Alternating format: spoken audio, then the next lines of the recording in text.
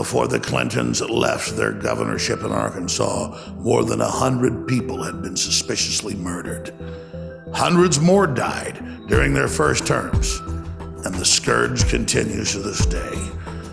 DNC staffer after DNC staffer that speaks out against election fraud or leaks information to WikiLeaks ends up gunned down. And the Clinton crime family and their backers is now in the spotlight. If I die, if they kill me, it was done for a worthy cause. Somebody's got to stand up against these people. Long before George W. Bush had taken office, or Senator Obama was even thinking about being president, I was there, exposing the crimes of the Clintons. So it is fitting that I, Alex Jones, called The Dark Heart by Hillary Clinton, would be your chronicler.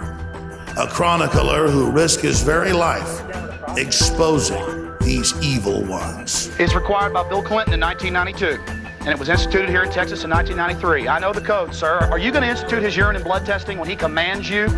Are you going to stick a needle in my arm when I have no criminal record?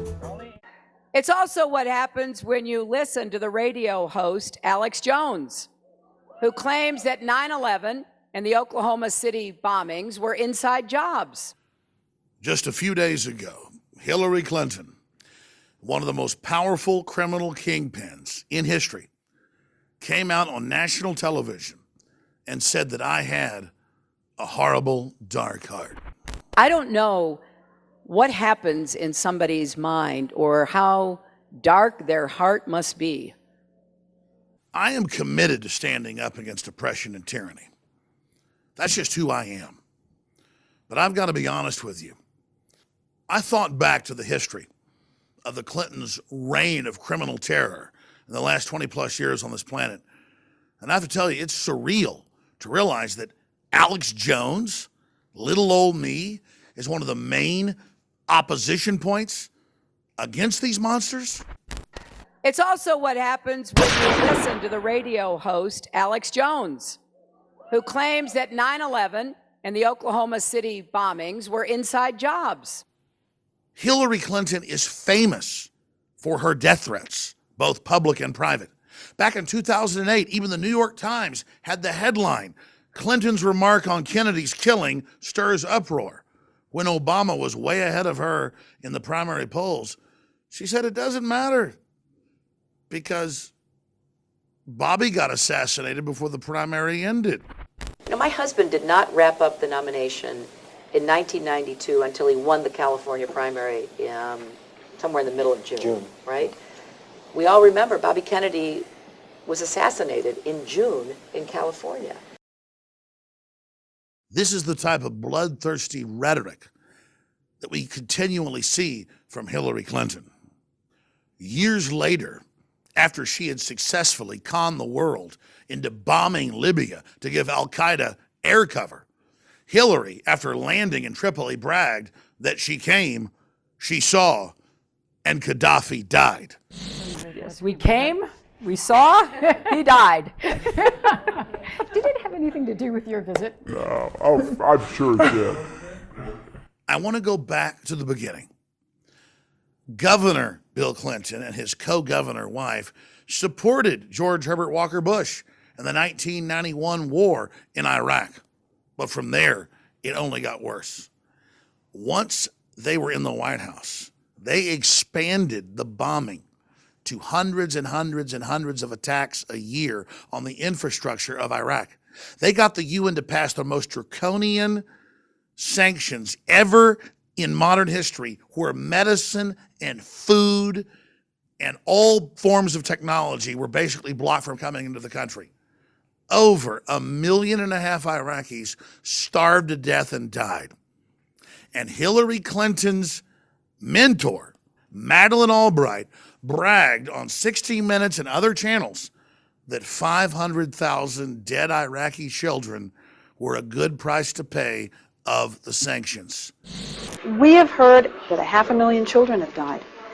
I mean, that's more children than died in Hiroshima. And you know, is the price worth it? I think this is a very hard choice, but we think the price is worth it. The population implodes. Refugees flee across the world. A once pro-Western secular Muslim nation had begun its path to being taken over by jihadis, which Hillary, a decade plus later, would facilitate in happening. I mean, let's remember here, the people we are fighting today, we funded 20 years ago. Let's go back again to 1995 and 1999. You have the Croats, you have the Serbs, you have the Muslims in the south in Albania, you have the Balkans. The Russians have pulled out after the fall of the Soviet Union in 1991. The Clintons back Islamicists out of Albania and Croats, this is on record, to attack Serbia. When Serbia fights back, even though they lost twice as many people, the Clintons launch giant bombing raids and NATO invasions that blow up power plants, water treatment plants, TV stations with depleted uranium bombs radiating the entire area. Then they had British television broadcast images of what's admitted now to be fake Serb concentration camps.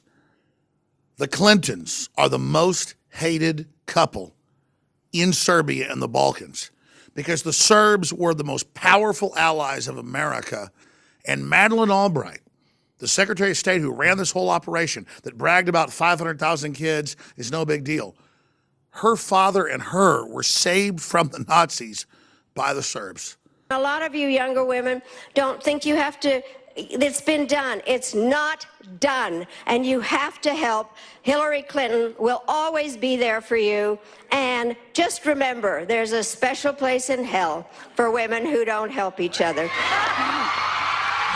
But when you are a Machiavellian sociopath or a sadistic psychopath like George Soros, Hillary Clinton, Bill Clinton, and others, you don't look at things about alliances and who's right and who's wrong. You look at 1 billion plus Muslims, and you look at Syria, and you look at the invasion points where you can come into all of Europe and take over. But first, you've got to get the weapons to invade. And you see Libya and Muammar Gaddafi, who for 8 years previous to the Western attack had invested in the West, brought the West in, and decided to go the route of détente. He was set up.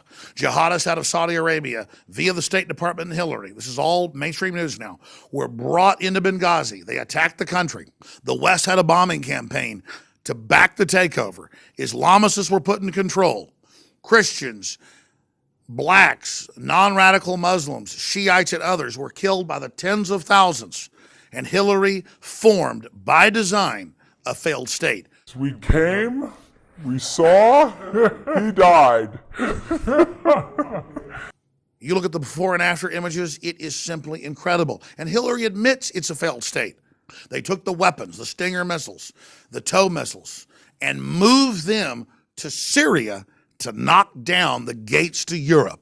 You take over Syria, you can bring in all the jihadis out of Saudi Arabia and other areas, invade Europe, then use the Islamic threat to ban free speech of those that criticize it, and use the civil emergency to bring in a permanent form of martial law. To be fair to Hillary Clinton, she's only a puppet to George Soros, who even the Jerusalem Post has recently reported, due to the WikiLeaks documents, is nothing but a megalomaniac who thinks he's the Messiah, establishing world government through chaos he sows. First on Ukraine, one of the things that many people recognized about you was that you, during the revolutions of 1989, funded a lot of dissident activity, civil society groups in Eastern Europe, in Poland, the Czech Republic. Are you doing similar things in Ukraine? Well, I set up a foundation in Ukraine before Ukraine became independent of Russia. And the foundation has been functioning ever since. And it played an important part in events now. It would take hours to chronicle the hundreds and hundreds and hundreds of people that have been mysteriously murdered, gunned down, choked to death, drowned, cut into pieces, since the Clintons were running for governor, right through president, right through the State Department to today. But just since Bernie Sanders openly had the nomination stolen from him a few months ago, we've seen at least 4 top staffers over email, over servers, over all the key information being gunned down, being killed, being murdered. And WikiLeaks has come out and said, we don't reveal sources, but this is an alleged source, and we have put on a $20,000 reward. This is getting really, really out of control. The stuff that you're sitting on, is an October surprise in there? Do you even know what you're sitting on? WikiLeaks never sits on material. Whistleblowers go to significant efforts to get us material, and often very significant risks. There's a 27-year-old works for the DNC who was shot in the back, murdered just 2 weeks ago for unknown reasons as he was walking down the street in Washington. So that was just a robbery, I believe, wasn't it? No, there's no finding. So what are you suggesting? What are you suggesting? I'm suggesting that our sources take risks, and they become concerned to see things occurring like that. But was he one of your sources then? I mean, we don't comment on who our sources are. But why make the suggestion about a young guy being shot in the streets of Washington? Because we have to understand how high the stakes are. Google has been caught, so have Facebook, Twitter, you name it, censoring anti-news stories about the Clintons, including the Clinton death count. We are seeing what the technocracy is able to do. We are seeing them openly engage in mass censorship. What difference at this point does it make? In closing, I want to reach out to you with a personal appeal, a free human to other free humans of every race, color, and creed who have the spirit of liberty beating in your breast. I don't want to confront a kingpin that's killed millions of people around the world and who thinks it's funny. I don't want to take on this vampire. I don't want to fight this monster as an individual. But as a man, my spirit directs me, commands me to take action. I don't have any other choice. And I want to be victorious and successful in this quest. Evil, historically, takes over and is unstoppable as long as good men and women do nothing. But as Thomas Jefferson famously said, our third president, when we take action, nothing on earth can stop us. That's why tyrants are so scared of good men and women who actually have goodwill and want you to have free will, and who want universal law to reign on this planet. We're facing cancer. That's what Hillary Clinton represents, evil. She represents chaos. She represents lawlessness. She represents disease and failure. Her physical manifestation is a rotting, reanimated corpse. I'm not scared of Hillary Clinton, but I am scared of failing in this mission. So I ask you all to redouble your efforts to expose the New World Order. And I ask you all for your prayers. And I reach out to Hillary Clinton as well, because I don't even personally hate her. I hate the spirit that has taken over her body, her mind, and her soul. There's still time for you to turn back, Hillary. You talk about my dark heart and then misrepresent what I've said. I have a heart of incredible love. I care deeply for people, and I even care for what's left of you. You wouldn't have said the things you said on that podium unless there wasn't some shred of humanity left in you. There's still time for you and others to turn back. But I want to be very, very clear. I have chosen the path I'm on, and I am willfully challenging you and everything that you represent. And I'm asking the population of this planet and those that love liberty to support us and to pray for us. And I'm telling you and your masters that I'm only one symbol of freedom, one manifestation, and that nothing on earth will stop the movement that you now see. It's time for Hillary Clinton to repent. It's time for Hillary Clinton to stop the murder, to stop the killing, to stop licking her lips like Madeleine Albright and herself when they talk about all the dead kids. I look at how you put in jihadis and Al-Qaeda into Libya and into Syria to kill hundreds of thousands of Christians, and Obama won't let the Christians get out, but lets the Sunnis that engage in the crime escape. And I just thank God I'm not on your team. So whatever you do to me, that's between you and God. But I've made my choice, and I am not with you. I will never commit suicide, and if I am killed, the criminals that represent Hillary Rodham Clinton are the main suspects. You may have the old rotten, discredited mainstream media that the AP says has a 6% trust rate with the public backing you, Hillary. But I've got common sense and the will of the people behind me. And I'm committed to a cause. And in history, and in this universe, nothing on earth can stand up against that. No matter what happens to this body, ideas and movements backed by truth and liberty are invincible. They are bulletproof. This is the heart of 1776.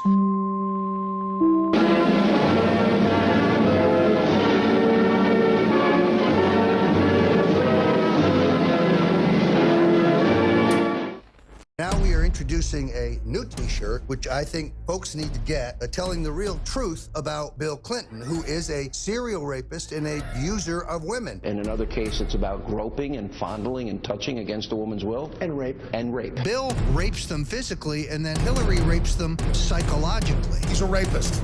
Absolutely. He's a public figure and goes straight to hell. Get your Bill Clinton rape shirt today at InfoWarsStore.com or call 1-800-253-3139.